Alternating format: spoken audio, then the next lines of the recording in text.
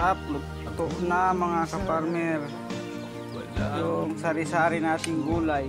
Yan, kamuting kahoy, talbos ng kalabasa, may okra, may kamuting kahoy, may peryulis. Yan. Sarap naman ang kain natin.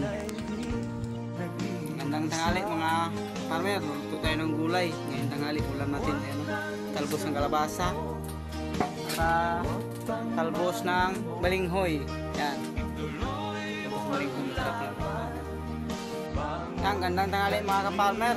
Ngayon magluto tayo ng binataang gulay ulam ngayon sa tanghalian natin. Talbos ng kalabasa, talbos ng balinghoy, saka ito ng peryulis. At para may pangulam tayo mga ka-farmer ngayong tanghali. Thank you sa panunod.